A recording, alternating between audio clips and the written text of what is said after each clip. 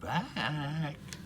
Okay, Sweet-Howland CPA firm.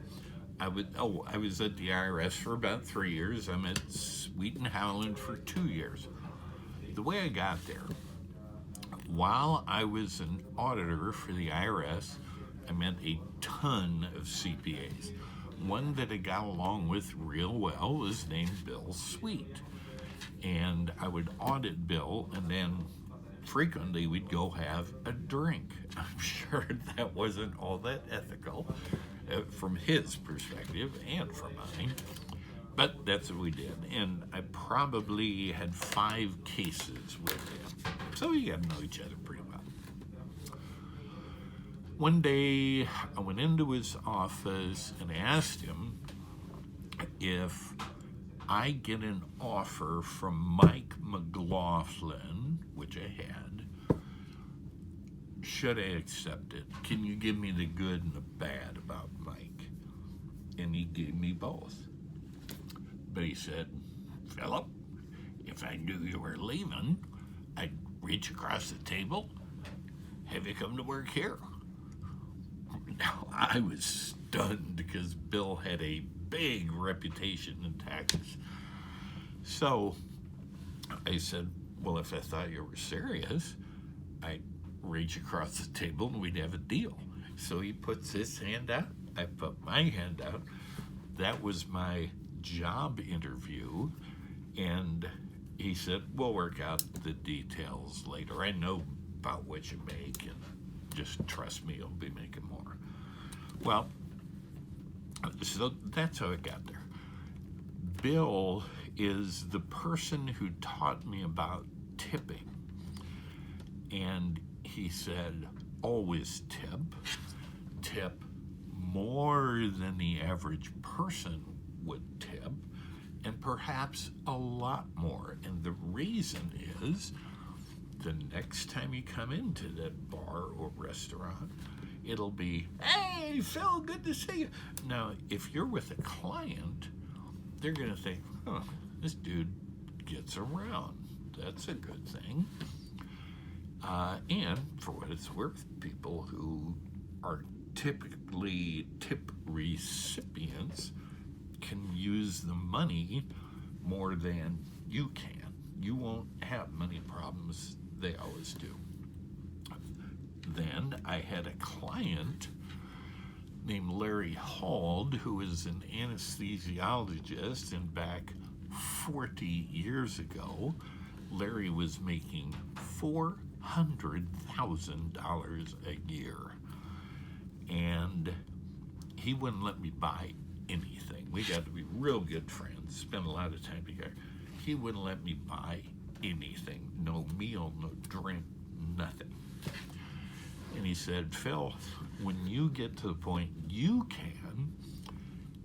can start picking up the tab for people. For years upon years, I bought lunch for the whole table.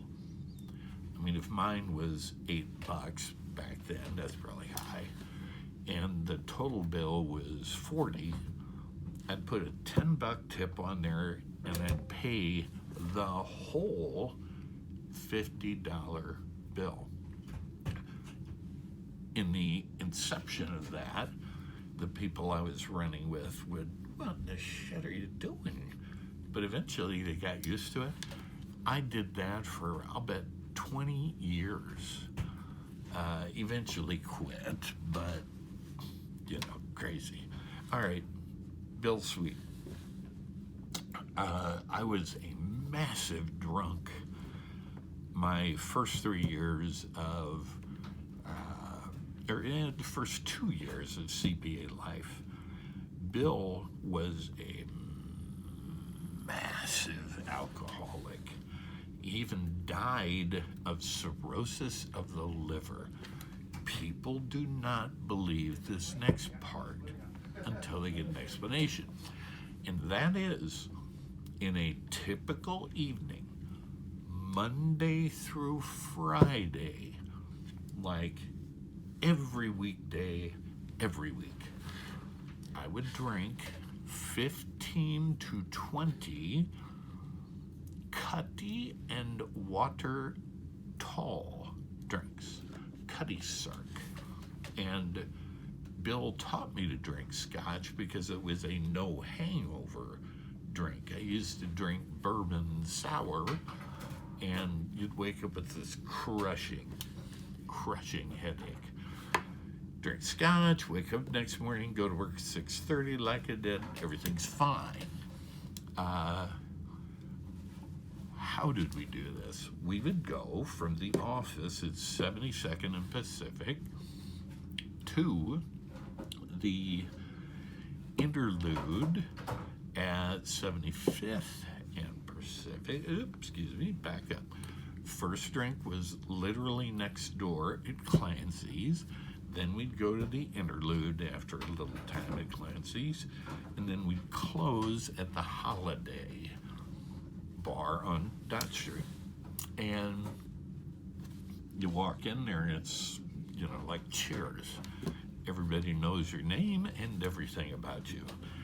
How can you possibly drink 15 or 20 scotch and waters in a night, you liar, let alone every night? And the answer was this. We left work at 4:30. We finished drinking at 9:30 all the time. So 5 hours. This will shock you, but I'm a nervous drinker. And by nervous, I mean finishing off a drink in 15, 20 minutes is nothing. So if I have 3 per hour, 20 minutes per drink, for 5 hours, that's 15 of them. And there's Edwin in the background again. Isn't he a handsome guy? Look at that dude. So, I mean, the drinking we did was unbelievable. And I'm not proud of the drinking, nor this. That means I was driving home completely crocked like 500 times. Never got pulled over, never had that kind of a problem. No clue how that can be. So, only one time did Sherry drive me home. I called her, I don't know how much drinking I had done. I knew I should not drive. Well, 1 out of 500 times. She picks me up in her brand new Buick Regal, bought for CPA image purposes, and she got like 10 feet. And I puked all over the inside of the window.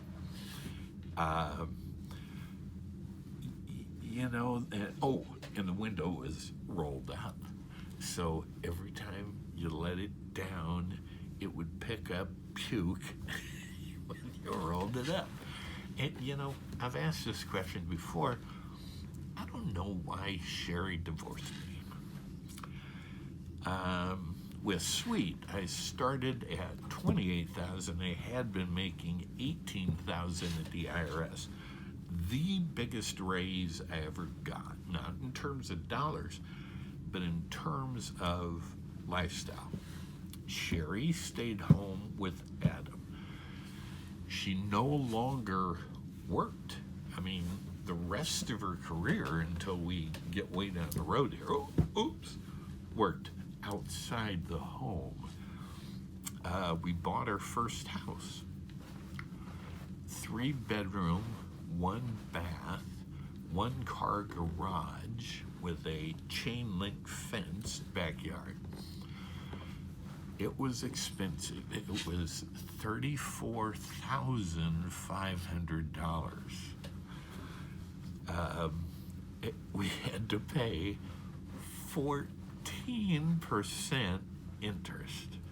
And that was because we got to use a state program which would buy down the interest by 2%. So without that program, we would have been buying that house paying that mortgage with 16% interest. Whew. Within 1 year of leaving the IRS, I went from having absolutely no clients, no fees, to 100,000 in fees in 1 year, which was big back then. Oddly, I never asked anyone for their business, individual or business. I never asked for it. It was all referrals. Do a good job for this one, they referred people. Now, that firm, Sweet-Howland, I left for a stupid and ignorant reason. At the end of my second year there, I made partner at the end of year 1. At the end of my second year there, we had $80,000 to distribute among the 4 auditors, and it was distributed equally, $20,000. Now, I'm making, low 30s. I started 28 to get a little bump. And $20,000 was massive. And Bill said, and we'll pay that out as we collect our accounts receivable. And I went, what? Do we have any debt in this firm? He said, never have, never will. And I said, well, why can't we borrow $80,000, pay out the 20 right now in mid-April when tax season's done, and then repay the loan when that money comes in? And he looked at me like, how stupid are you? Because if you can repay the loan within 30 to 60 days, that means if you would just wait 30 to 60 days, we could pay that out, pay the bonuses out. There was another firm chasing me, Larson, Schroeder and Associates, and they offered me $58,000 to start. I was making the 30 plus 20 is 50, and Larson Schroeder had myriad other ways of making more money. So eventually I accepted their offer, which is a little later. I had some really big clients by the end of 2 years. Some of them were reformed criminals as a result of my reputation for IRS tax fraud work. Now, keep in mind, the annual fees quoted are from 30 plus years ago. They're nice sized in terms of today's dollar, and they were really big sized in terms of back then dollars. First one, a guy named Mike Hagee. He ground optical lenses like you put in your glasses. Back then, he was making $2 or $3 million a year net. How did Mike get started? Well, he stole his first lens blanks from his employer. He snuck them out in his lunchbox, had these accounts on the side, and filled orders. Little bit unethical, lot bit illegal.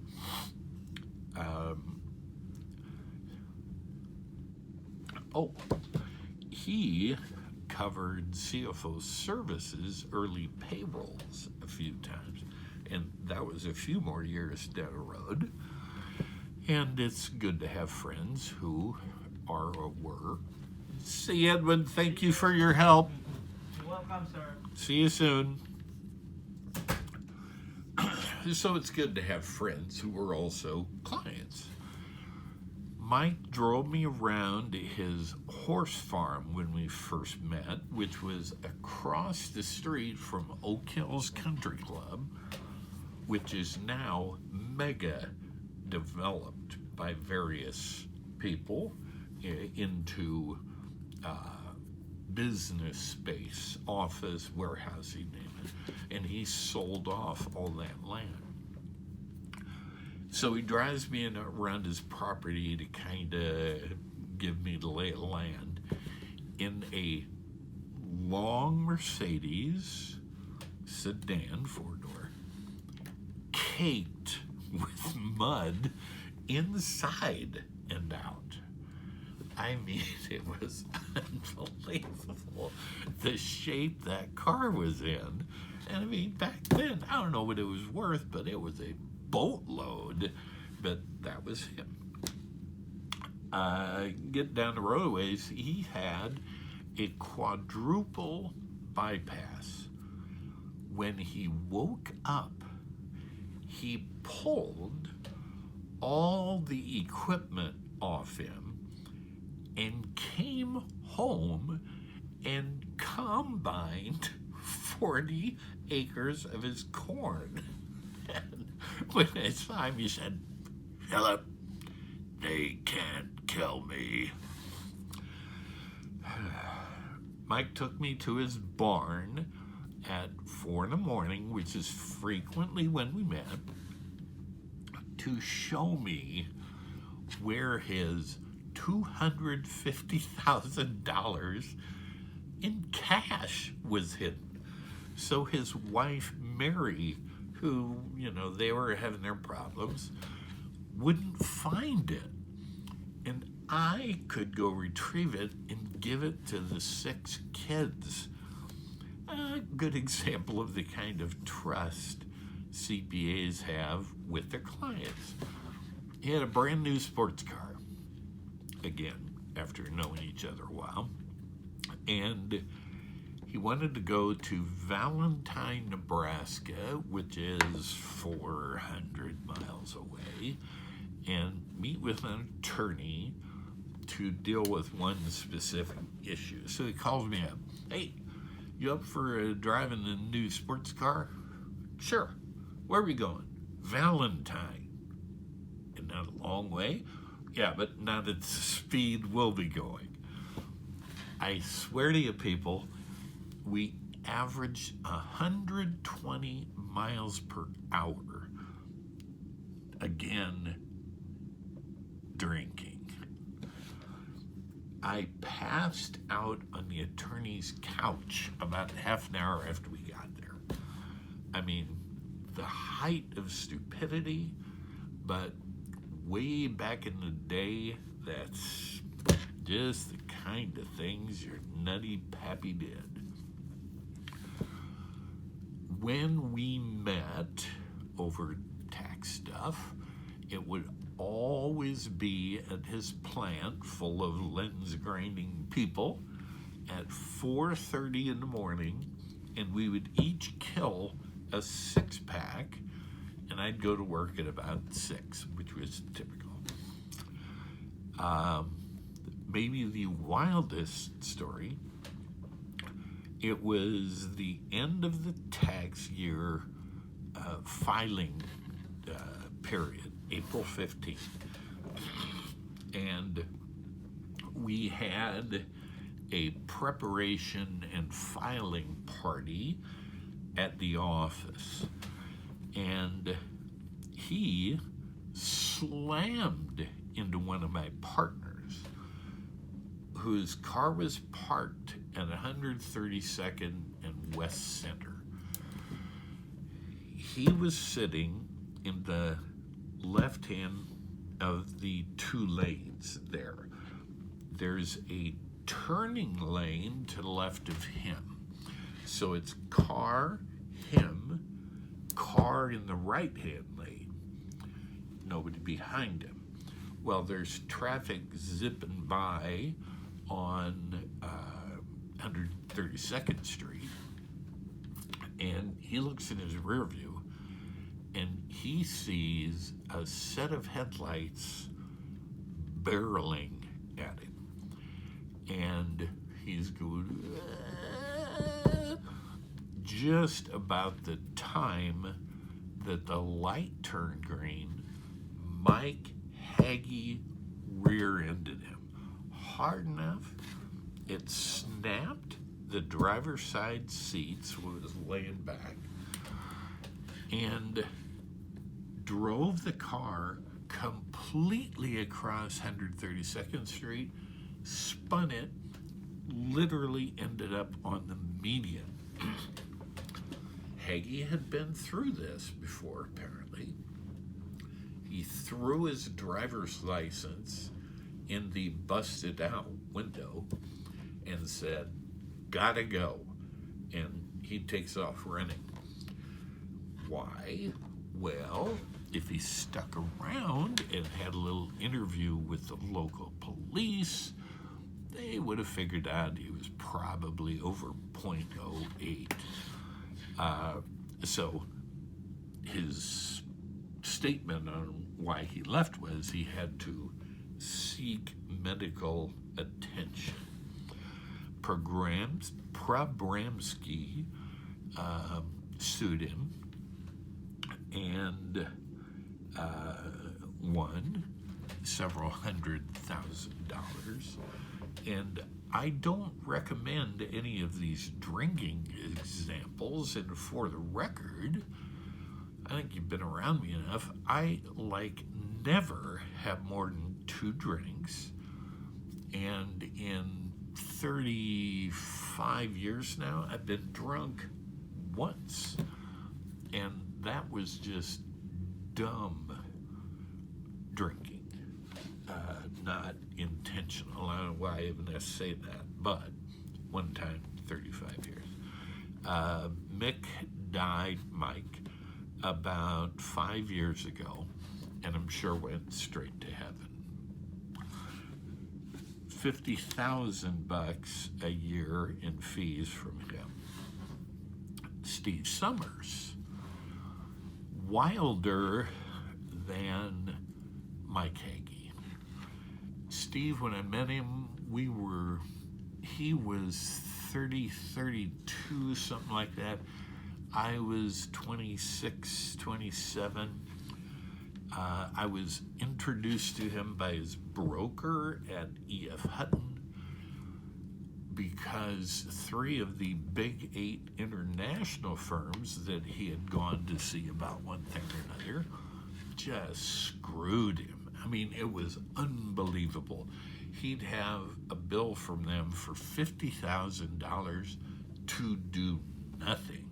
Well, eventually his broker said, "You got to get away from these huge firms. Go talk to Phil Dawson, ex-IRS guy. He knows his way around." Blah, blah, blah. Okay, what was Steve selling? And again, part of my criminal background, there was a drug called ephedrine. And it was honestly like condensed coffee in a pill. And so it, gives you a little buzz. And where he made it huge, there was other ephedrine on the market.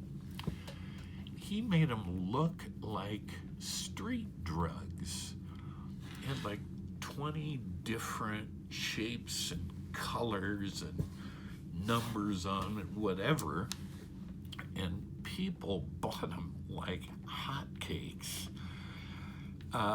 Steve had a little bit of a dark background. He was a retired Hell's Angel, a bicycle motorcycle squad all over the country. The FDA, Food and Drug Administration, was constantly suing him to get him out of business. He had expensive attorneys who were experts in dealing with the FDA. Therefore, he always won.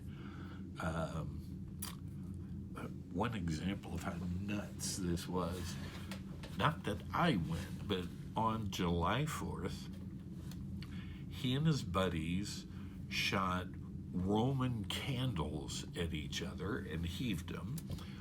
Helicopters, which put out immense amounts of sparks. And now and again, they would catch on fire, and they jumped into his pool to put themselves out. One year, he used to have really long hair, longer than yours, Eric.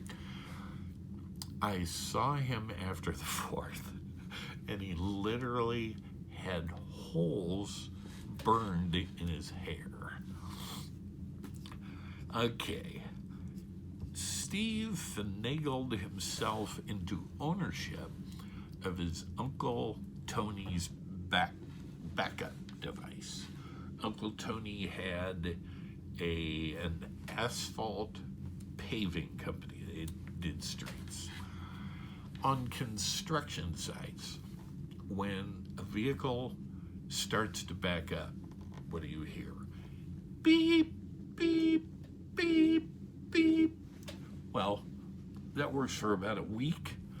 Then it becomes a grandfather clock, and you don't hear it.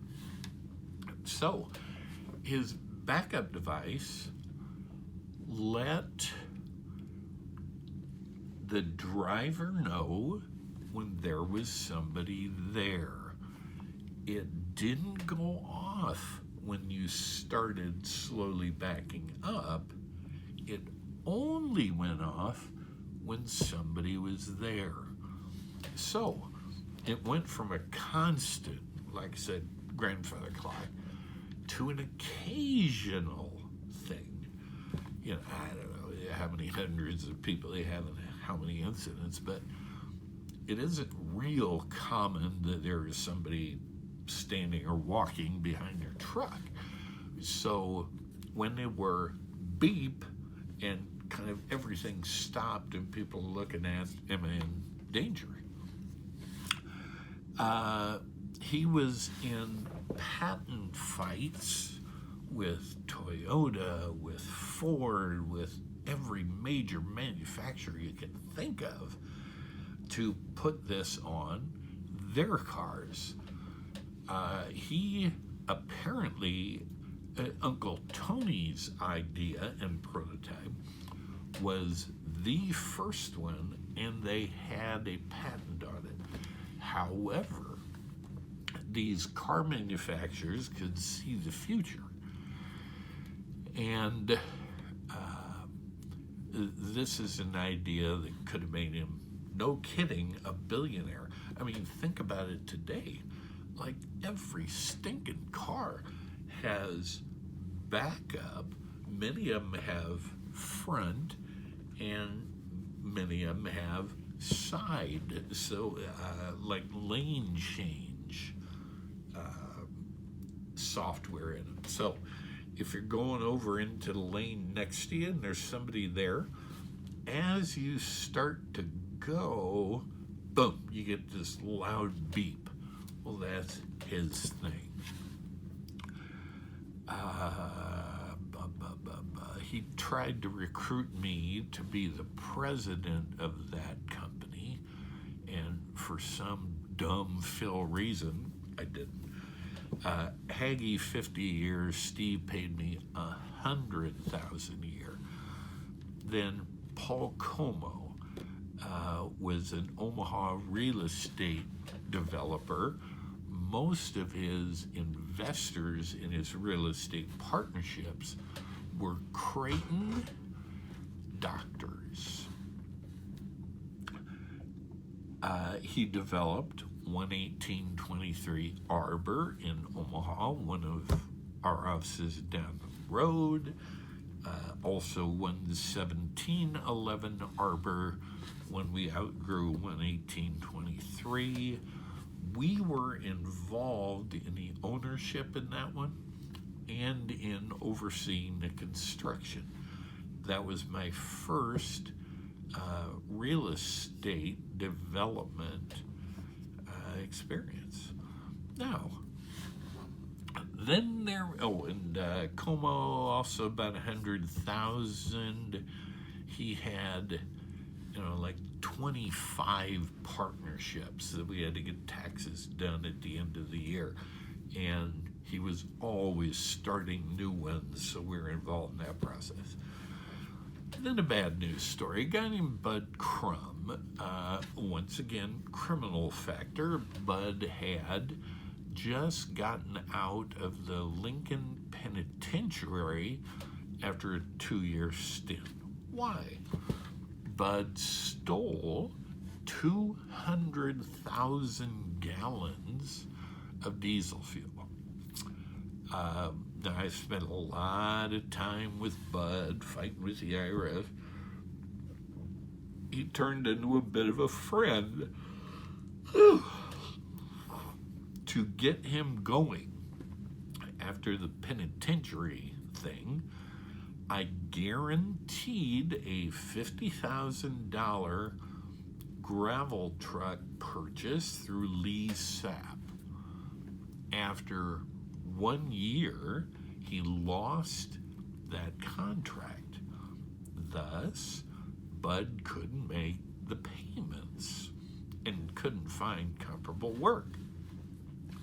I had guaranteed that loan, $50,000. I went to Bud and said, hey, you got to give me the truck. It's collateral on the lease. We're going to have to sell it and pay off the lease. Well, Bud didn't think that was a good idea, so he hid the truck.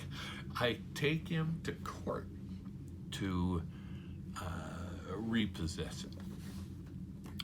As I'm waiting for my hearing out in the rotunda of the city county office buildings, he came over to me and said he'd have a friend take a baseball bat to my knees and mess with my kids too if I didn't drop the repo case.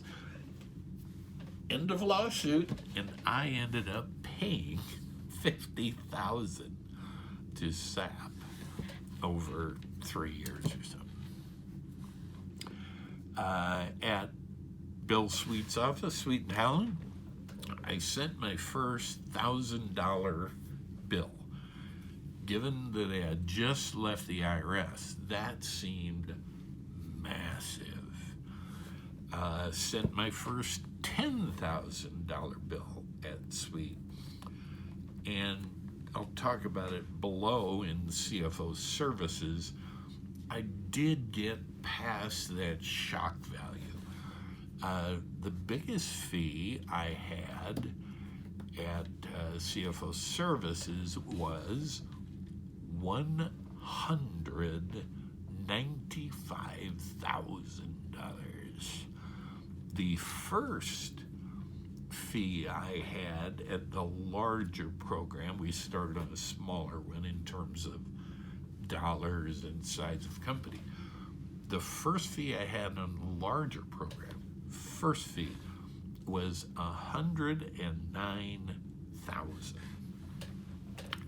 Okay, we've got 4 other Sweet stories. I'm at 33:50. I'm just going to finish these off.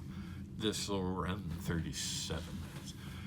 Bill Sweet taught me, when you get a new client, bill them everything in it and maybe more. When they pay, you have a good client. If they bitch, tell them to take their business to Walgreens. And in my 2 years with him, I only fired 1 client for bitching about a bill. And we were known to be expensive due to our tax experience and knowledge. Bill, another partner, Phil Holland, and I were flying to South Dakota in a little 4-seater for 3 days of work. Single engine plane, 1 pilot. Bill looks at me and asks, what if he dies? Oh, good point. I'm out drinking with Bill one night at the interlude, and I'm kneeling down in the stall and puking my guts out, and I hadn't said a word. Sweet goes, Philip, is that you? He knew what my puking sounded like. I shouldn't laugh, it's terrible. He used to, and I would come in on Saturday morning and read updates to technical tech stuff. One day I came in early, dark. I flick on the light switch to his office where everything was lined up, and there he laid, like this. And I went, ah! I literally screamed. I thought he was dead. Okay, that's the sweet part. And now is Larson Schroeder. And in its own way, crazier than the sweet stuff. I'll be back.